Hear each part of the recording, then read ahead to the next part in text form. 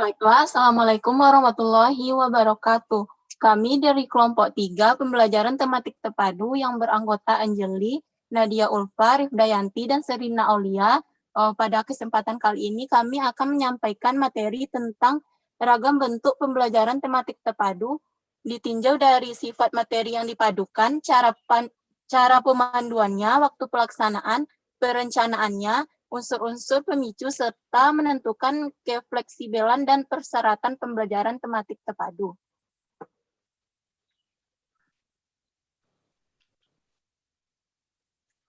Baiklah, untuk materi pertama tentang ragam bentuk pembelajaran tematik terpadu akan saya langsung sampaikan. Hal-hal yang perlu diperhatikan dalam mengembangkan pembelajaran terpadu diungkapkan oleh tim pengembang PGSD 1996 halaman 13, yaitu ketelitian dalam mengantisipasi kemanfaatan arahan pengait konseptual intra maupun antar bidang studi, penguasaan material dan metodologi terhadap bidang-bidang studi yang perlu dikaitkan, dan membentuk kurikulum yang telah ada sehingga tercapainya tujuan pembelajaran. Jadi, maksud di sini yaitu dapat kita simpulkan bahwa pengembangan pembelajaran tematik terpadu diperlukan kita sebagai seorang guru harus teliti di dalam menyatukan materi-materi di dalam satu bidang studi ataupun di antar bidang studi sehingga di dalam pembelajaran akan tercapai tujuan pendidikan yang diinginkan. Slide selanjutnya.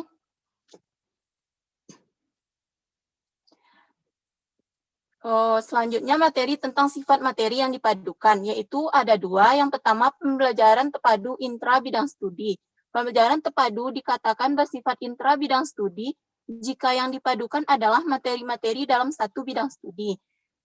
Jadi maksudnya di sini, di dalam pembelajaran terpadu bersifat intra bidang studi. Jadi di sini kita akan menyatukan dari beberapa materi di dalam satu bidang studi di dalam pembelajaran tematik terpadu ini. Yang kedua, pembelajaran terpadu antar bidang studi. Pembelajaran terpadu yang dikatakan bersifat antar bidang studi yaitu pembelajaran terpadu yang memadukan materi-materi bidang studi yang satu dengan bidang studi yang lain. Jadi kita di sini memadukan pembelajaran antara bidang studi. Baiklah, untuk materi selanjutnya akan disampaikan oleh Anjeli. Kepada Anjeli dipersilahkan. Terima kasih moderator. Baiklah, saya akan melanjutkan penyampaian materi. Selanjutnya yaitu cara pemaduan materi. Yang pertama yaitu menetapkan tema pembelajaran. Yang kedua, guru bersama siswa mengkaji tema tersebut dari sudut pandang masing-masing bidang studi. Guru dan siswa menentukan unsur-unsur bidang studi yang bisa dipelajari tanpa harus ada tumpang tindih dengan bidang studi yang lain. Selanjutnya, siswa dituntut untuk mengetahui dan mengordinasikan aspek masing-masing bidang studi secara utuh. Hal ini dilakukan setelah membuat pemetaan KD secara menyeluruh. Cara memadukan tema yang dapat kami simpulkan yaitu dengan menetapkan tema pembelajaran dan mengkajinya bersama siswa dengan membuat pemetaan kompetensi dasar secara menyeluruh. Slide selanjutnya. Selanjutnya yaitu waktu pelaksanaan materi. Menurut Trianto, tahun 2011, pengaturan jadwal pelajaran merupakan prosedur yang bersifat administratif. Pelaksanaan pembelajaran terpadu dilaksanakan dengan waktu tertentu yang apabila materi yang diajarkan cocok diajarkan secara terpadu. Pelaksanaan pembelajaran terpadu dilakukan secara periodik. Pelaksanaan pembelajaran terpadu dilakukan dalam sehari penuh. Jadi, menurut kelompok kami, waktu pelaksanaan pembelajaran terpadu dilaksanakan dengan waktu tertentu apabila materi yang diajarkan cocok diajarkan secara terpadu dan pelaksanaannya dilakukan secara periodik. Baiklah, sekian penyampaian materi dari saya kembalikan kepada moderator.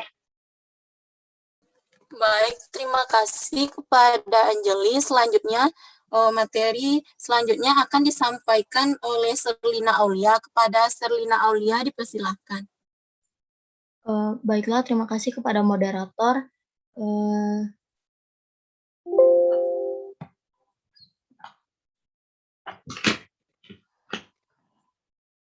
Materi selanjutnya perencanaan panduannya. Menurut tim pengembangan PGSD dalam ASEP, Andayani, dan Novi 2016, pembelajaran terpadu dapat terjadi melalui proses perencanaan yang matang dan dapat terjadi secara spontan. Kesimpulannya itu, guru dapat memilih tema yang dapat menjadi payung untuk memadukan beberapa bidang studi serta menyusun kegiatan belajar berdasarkan tema tersebut. Ada kalanya guru tidak merencanakan secara matang keterpaduan antara konsep satu dengan konsep lainnya. Namun, dalam proses belajar mengajar, guru dapat mengaitkan materi lain dengan materi yang sedang diajarkannya. Slide selanjutnya.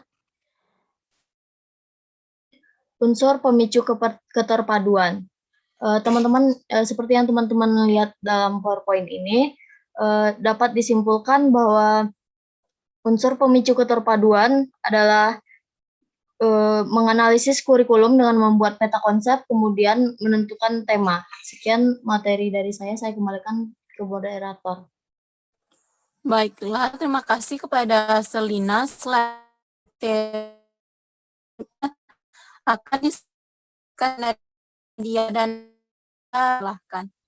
Baiklah, Assalamualaikum warahmatullahi wabarakatuh. Materi yang selanjutnya yaitu mengenai kefleksibelan pembelajaran tematik terpadu. Pembelajaran tematik terpadu bersifat luas atau fleksibel. Di dalam praktiknya, pembelajaran terpadu yang dikembangkan oleh guru tidak hanya satu dimensi. Ada pembelajaran terpadu secara spontan yang memadukan dua mata pelajaran secara utuh, dan ada pula pembelajaran terpadu terencana yang didasarkan atas suatu tema tertentu dan dilaksanakan setiap periode waktu tertentu.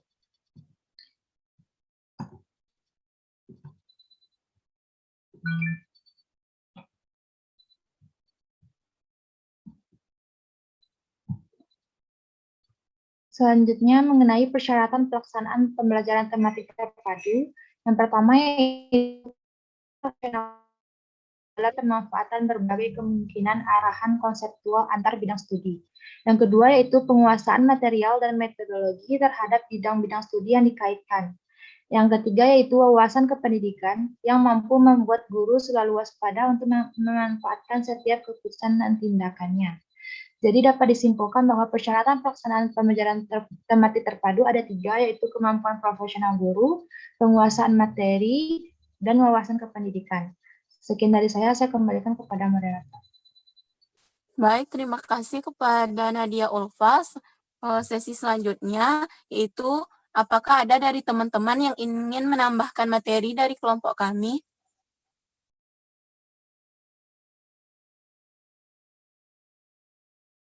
Baiklah, jika tidak ada, kita langsung saja ke sesi pertanyaan. Kepada teman-teman yang ingin bertanya, dipersilahkan. Izin bertanya, moderator. Baiklah, kepada Atika, dipersilahkan. Assalamualaikum warahmatullahi wabarakatuh. Saya Tika Isharifah ingin bertanya kepada kelompok penyaji. Di dalam sifat materi yang dipadukan, terdapat pembelajaran terpadu antar bidang studi. Bagaimanakah contoh dari pembelajaran terpadu antar bidang studi dalam proses pembelajaran di sekolah dasar? Baiklah, hanya sekian, saya kembalikan kepada moderator. Baik, terima kasih kepada Atika yang sudah bertanya. Apakah ada dari teman yang ingin bertanya? Izin bertanya, moderator. Baiklah, kepada Nur Hamidah, dipersilahkan. Baiklah, saya Nur Hamidah dari kelompok 7, izin bertanya kepada kelompok penyaji, yaitu pada bagian sifat pemaduan materi kan ada 2 macam pembelajaran, yaitu pembelajaran secara intra bidang studi dan pembelajaran antar bidang studi. Nah, di antara 2 sifat ini, manakah yang paling efektif diajarkan pada peserta didik? Sekian, terima kasih.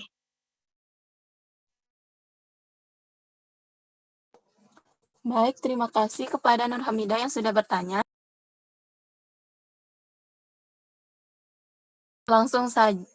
Baiklah, langsung saja untuk pertanyaan dari Atika akan dijawab oleh Serlina Aulia. Kepada Serlina, dipersilahkan. Baiklah, saya akan mencoba menjawab pertanyaan dari Atika Isyarifah.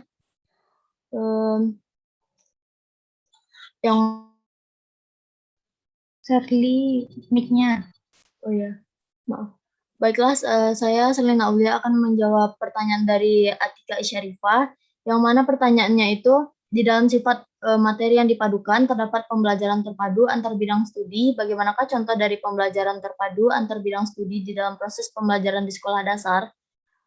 Baiklah, jawabannya itu dikutip dari Izaukon Blogspot. Pembelajaran terpadu yang memadukan konsep atau subkonsep, pokok bahasan atau subpokok bahasan bidang studi yang satu dengan yang bidang studi yang lain, dikatakan pembelajaran terpadu antar bidang studi. Suatu pembelajaran yang memadukan matematika dan IPA misalnya dikatakan sebagai pembelajaran terpadu antar bidang studi matematika dan IPA. Pembelajaran terpadu juga bisa terjadi antara IPA, IPS, matematika, dan bahasa Indonesia.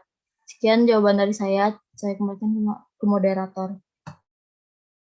Baik, sekian jawaban dari kelompok kami. Apakah ada dari teman-teman yang ingin menambahkan jawaban? Baiklah, jika tidak ada, kami akan langsung saja menjawab pertanyaan dari Nur Hamidah, yang akan dijawab oleh Anjeli. Kepada Anjeli dipersilahkan.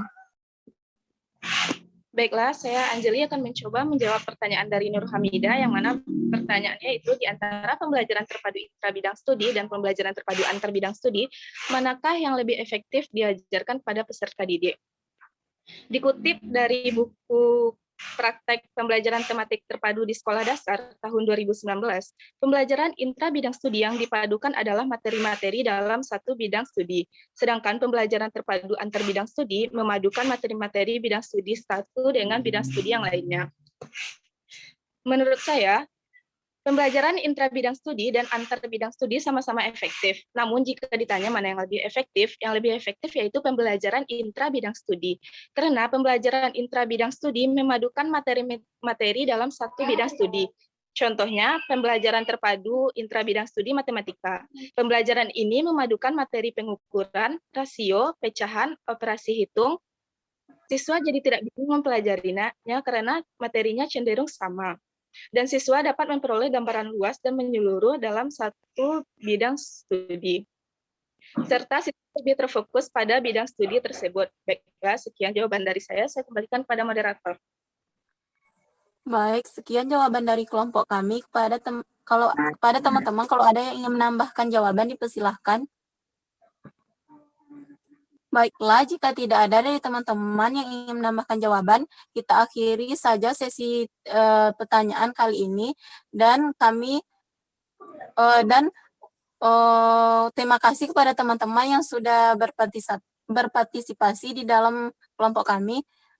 Kami mohon undur diri. Wassalamualaikum warahmatullahi wabarakatuh.